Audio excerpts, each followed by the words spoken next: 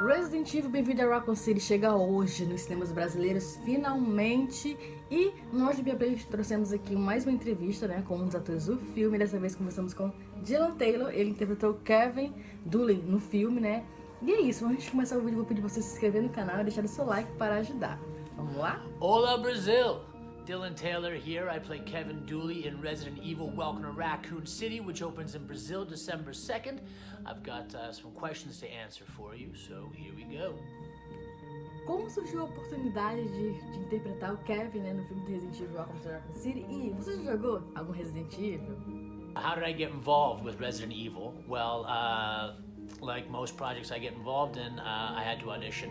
I'll get the occasional offer every now and then, but Resident Evil did not come on offer, unfortunately.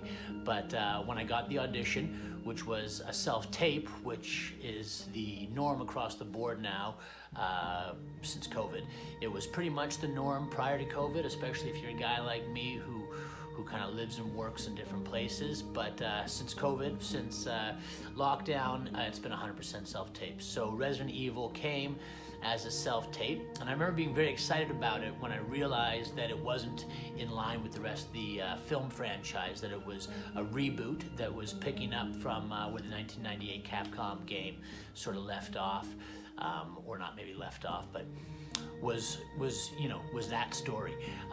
So I was excited to be a part of that 1998 Capcom sort of telling, because I had played the game when I was in high school, and I really enjoyed it. I remember it scaring the hell out of me, and I remember thinking that this was a very different sort of immersive experience that I hadn't had in a video game before, and I really do feel like that kind of Resident Evil game sort of set the bar for a lot of the games that we have out now. So I did the audition. I gave Kevin Dooley a little bit of an accent, a little bit of a dialect, and I improvised quite a bit, and it obviously worked out for me because we ended up using the dialect and a lot of the improvised stuff I did in the audition in the actual film. A próxima pergunta é do Murilo, lá do The Hazard, e ele quer saber como foi a experiência dentro do set de filmagens. Você se sentiu imersivo ou com a sensação de estar dentro do jogo? So the film sets of Resident Evil Welcome to Raccoon City are obviously something that people are talking a lot about. They know that Johannes got the blueprints from Capcom and stuff like that. I remember working in the Spence Mansion and thinking that it definitely was familiar, and which was impressive. But I think the first set I was on was a diner set, and I remember being in the diner, and I saw a typewriter in the corner. Now, a typewriter isn't usually something you might find in a diner, so it stuck out to me for a brief moment, and then I recalled that in the game you would save your progress on a typewriter that you'd have to find in any given location. You have to go up to the typewriter to save your progress. So I realized quickly that was just a little Easter egg.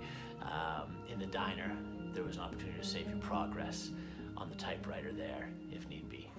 Como a gente viu nos trailers, tem uma certa parte do filme que o seu personagem vira zumbi. Conta pra gente como que foi a montagem e a caracterização, a maquiagem. Without going into too much detail, Kevin Dooley does have a little bit of a change that occurs in the film.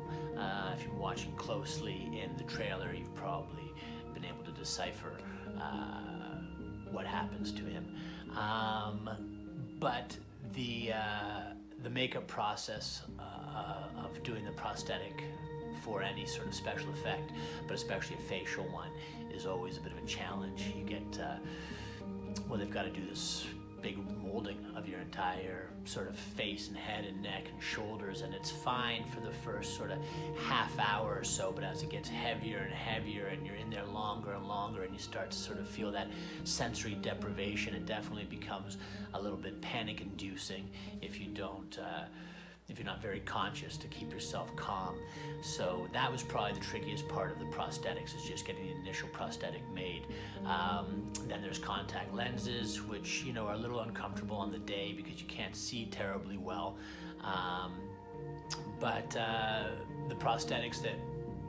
other prosthetics that I won't get into detail with regard to, they had such a great special effects team that they were very comfortable, and they went on and off with ease, as opposed to some other projects where I've been involved with, where the team, the special effects and makeup team, maybe weren't as sharp as the Resident Evil team was. The prosthetics can be much more encompassing. What's the word I'm trying to figure? Encompassing? It's not encompassing. It's not encumbering. Maybe I'll look it up. You can cut this out, but you don't have to. Okay. Anyways, yeah, prosthetics, never fun to do, but they always look so good after. Essa pergunta é do meu amigo César, lá do Evil Heart, direto do nosso parceiro aqui do BiaPlay, e ele quer saber como que foi a experiência de gravar um filme durante a pandemia. You know what? Shooting during COVID is a bit trickier, for sure. You kind of lose out on a lot of the social connection that you have with the crew, mostly because you don't ever see the crew without their masks, really. And then as far as socializing with the cast goes, they kind of they shoot everything in much more isolation. You know, they can have as few members of the cast sort of on set on any given day, so you're not sort of crossing over as much as you used to. Restaurants and stuff were obviously curfewed or closed, so it was really hard to go and catch up with people. Donald Logue, who's in the film, him and I have worked together several times in the past and we're buddies, but it was hard for us to connect socially while we were shooting. And then it was nice to see BiaPlay again. Him and I worked together about 15 years ago, and he's such a kind and sweet person that it was just very nice to sort of, you know, kick it with him. And then the rest of the cast were great, even though when you see the film, you'll see Dooley is a little bit of a, he's a bit of a controversial character. Maybe not. Qual foi a parte mais divertida de gravar um filme de terror? For me, there were a couple things that really stuck out about shooting Resident Evil that were really enjoyable for me. One was that Ioannis just sort of let me do what I did in the audition. I just showed up and for my first scene, which was my audition scene, and he just said, do what you did on your tape. And so I just sort of had free reign of the scene and of the character and of the set, and that was a lot of fun. And then the second thing that was a lot of fun about shooting this film, Resident Evil, was there's a particular action scene that I'm involved in, and Ioannis had shot it all on his cell phone first with people from around his office, and he had just sort of done it shot by shot what it was going to be in the finished product, but it was just like, you know, his assistants and partners sort of hiding under desks in and around the office and stuff, but it gave you a real sense of how he was going to cut the scene and what it was going to look like. So I really enjoyed that part. It was a lot of fun. Tava vendo no seu perfil que você também fez o processo de mocap e captura de movimentos do Hulk, né, um personagem do Far Cry, inclusive tá em vários jogos, né, Far Cry 3, 4, 5, não sei se saiu no 6. Conta pra gente como foi a experiência, como que surgiu a oportunidade. Você gostou? As some of you might know, Resident Evil isn't my first time touring a video game. I play Herc Drubman and Sharky Beauchamp in the Far Cry series. I've done, I think, half a dozen games or so voicing and doing the motion capture for those two characters. And there's something really special about being involved in a video game franchise. I think people really connect to the characters because they've spent so many hours with them. So to play Kevin Dooley in Resident Evil is a real honor, just like it is to voice Herc and Sharky, because I know that people feel a different type of ownership over these characters, and they get a different level of excitement seeing them brought to life. So I hope people enjoy the way I brought Kevin Dooley to life. E para finalizar a entrevista, eu gostaria que você mandasse uma mensagem para os fãs brasileiros, e em especial um convite para a galera assistir um filme que estreia hoje no Brasil. Thank you very much, Brazil. I just want to say I'm desperate to come to your beautiful country, especially right now because I'm up in Canada and it is too cold.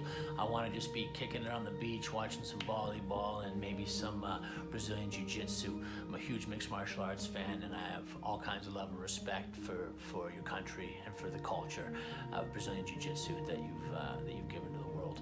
And go Jose Aldo. Bom, gente, essa foi a nossa entrevista. Espero muito que vocês tenham gostado. não esqueça também que tem uma entrevista com o Matt, né? O ator que interpretou o zumbi que vira em Resident Bem-Vindo da Raccoon City. Eu vou deixar aqui no card pra vocês clicarem. E compartilhe esse vídeo com outros amigos de vocês que são fãs de Resident Evil. E fiquem ligados que ainda vai ter mais entrevista pra sair, hein? Inclusive tem entrevista lá no site do Evo também. Vou deixar o link aqui na descrição do vídeo, valeu? Um beijo, thank you! E até o próximo vídeo. Tchau!